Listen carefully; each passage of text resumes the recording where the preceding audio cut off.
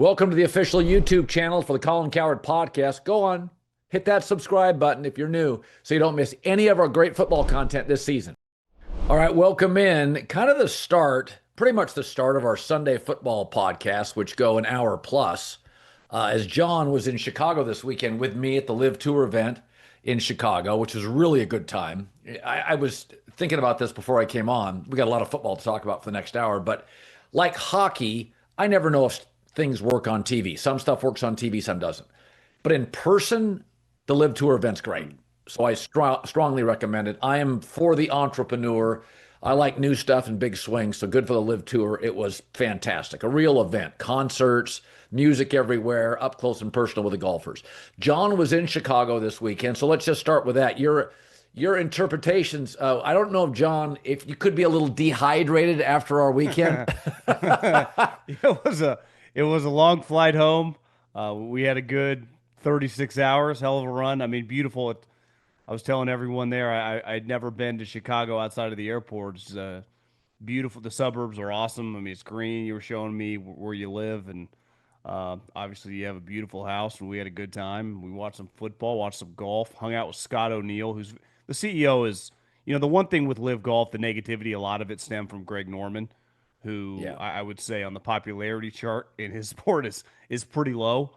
And that includes the players on Live. So I think he is not a golf guy, which I think helps. The PGA Tour brings in an NFL guy, not a golf guy, which helps. So that they look at it more from a business sense. I actually left there feeling pretty optimistic, big picture, that things will get figured out.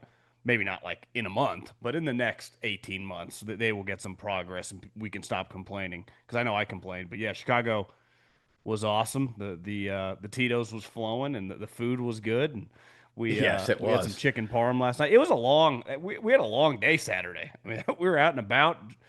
We thought at 5:15 at my house, we were exhausted, and then in-laws showed up, and we stayed up till 10:30, and the Tito started flowing in the Bombay gin, and it was we were just all watching NFL Well, your family football. shows up with a full bottle of gin. I said, geez, Colin, you guys are ready to party. So I will say, I want to start talking about Shedeur Sanders. We'll start with there. So I was just saying today, to simplify it, these aren't the exact percentages, but I would say 50% of quarterback is traits. And occasionally a player like Big Ben or Cam have remarkable traits. So those traits are size, movement, athleticism, toughness, all the obvious stuff you can see on TV. The other 50%, and it may be a smaller percentage, is film study, galvanizing the locker room, kind of obsessive nature, pre-snap. That's the stuff we can't see. So if you are Cam or Big Ben or Josh Allen, where your traits are like otherworldly, top 1% of quarterbacks in my lifetime, Dan Marino had that, then you don't have to maybe have the quite the self-awareness, the film study, the pre-snap excellence. You don't always have to be a great teammate or work out as hard like Big Ben didn't in the offseason. So Shedeur Sanders, to me, college and pro, the traits are fine. He's mobile enough. He's accurate. I think moving and stationary is accurate. His size is fine. He's not top heavy like Will Levis, who feels all chest and arms. And he's not spindly like a Matt Ryan or a Teddy Bridgewater. He's 6'2", 218, very solid. He's not a weight room guy, but it's just he's comfortable playing. He runs backwards sometimes. That you got to stop that because he's not athletic enough to escape. My question's always been, his traits are okay. So he's got to be great film study, EQ, IQ, pre-snap, galvanizing teammates. And then I see the speeding tickets, legendary, the New York Giants stuff, which has been now reported multiple times, and I had it validated again last week. It was a disaster. But my takeaway watching him was he's comfortable. It looks a little like college. He's an accurate thrower, doesn't have a huge arm, moves okay. And when he's got to make big throws in the red zone, he's pretty damn good at it. That's my take. Yours? Well, I would say the pre-draft stuff was real, but it's real for a lot of players that end up falling in the draft, and then they go on to make plays and become good players, and none of it matters ever again. That's right. So I think Shedeur, I think there are a lot of different angles here. First and foremost, his dad which is a huge reason, right? He is a very famous and polarizing Yeah. individual, is one of the most gifted athletes in the history of American professional sports. And he's one of the best football players. And he wouldn't tackle. And we all say, yeah, LT's and Reggie White, probably the two best defensive players. Deion's probably top five. He wouldn't tackle. And he bragged about it. He's like, they don't pay me to tackle Yeah. because he could cover. Well, he's not that level of a talent, but he is very instinctive and a natural football player. And I think two things we don't talk about enough with quarterbacks.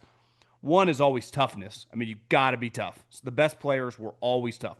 Brady hung his hat on, jumping right back up after he got hit. Ben Johnson's been all over Caleb about body language when you get hit. Shadeur's tough, so he brings that to the table. And then there's just a natural feel to his game. I mean, he's a pretty accurate player. And his two, definitely the first touchdown, I think, is when he was rolling left. Like, that's an instinctive layered throw. But he is not alone. He is with a large group of players. There are a ton of guys that were drafted on the third day all over the league that, guess what, are going to go on to be really good players. Some will be Hall of Famers, Richard Sherman, Jason Kelsey, in this class that will be household names. And then there are a ton of guys drafted in the first, second, and third round who are not going to be any good, who within a couple, 2, 3, 4 years will not be on their team and will be considered busts and not good draft picks. It's the NFL. Now, Shedeur is the headliner, but again, his own team took another quarterback 2 rounds above him. And the reason Shedeur was there in the 5th, and you and I have talked about it, you mentioned the Giants.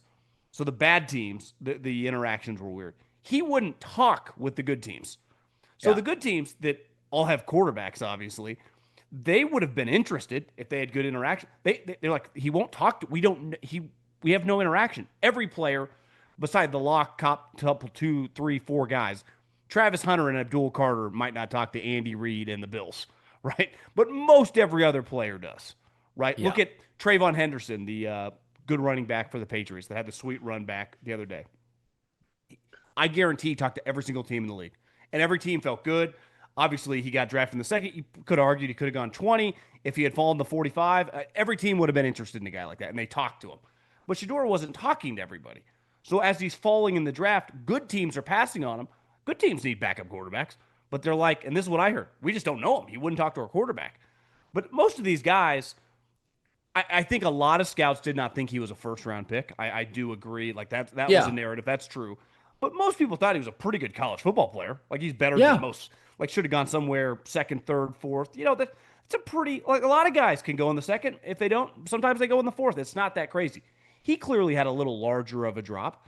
And it was one preseason game, and everyone acting like he's John Elway. Let's pump the brakes a little bit. But you give him your opportunity, you take advantage. And I get from the fan base, and you and I were talking about this over the weekend, they're not going to have much of a rope with, no one wants to watch Kenny Pickett take a snap.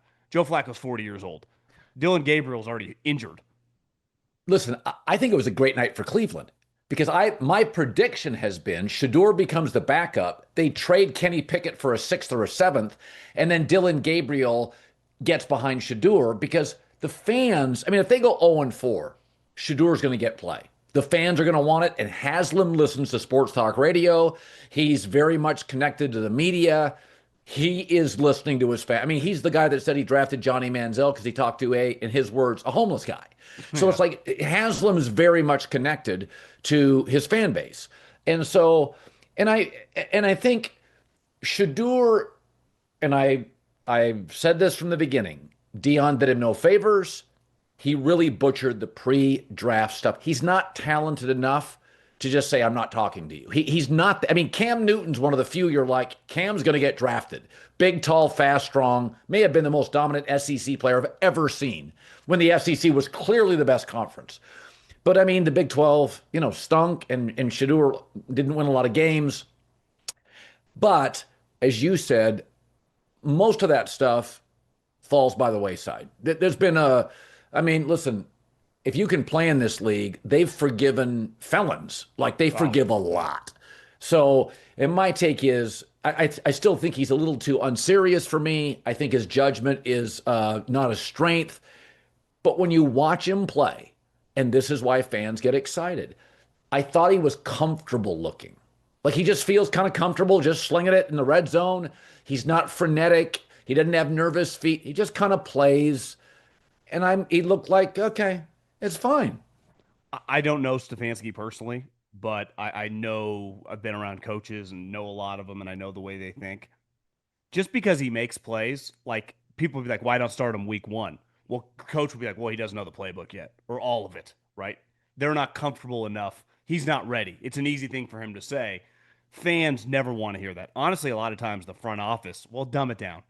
Give him 10 plays. Because you said 0-4. I just pulled up their schedule. They're playing the Bengals week one at home. Let's just say in this hypothetical world, they're down 17-0 at halftime to the Bengals week one. They would start chanting his name. And this also gets back to my theory of like, I don't believe Jimmy Haslam for a second when he's like, yeah, I never thought we would draft him. It was just up to those two guys.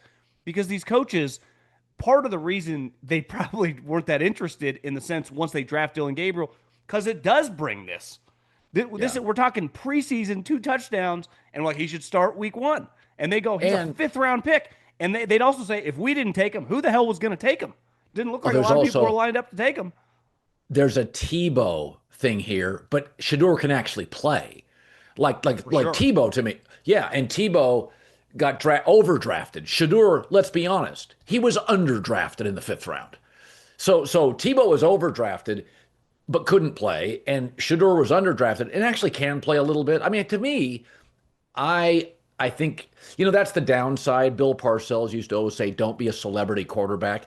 Everybody's a celebrity now. What you don't want now, it's morphed into, you don't want a celebrity backup.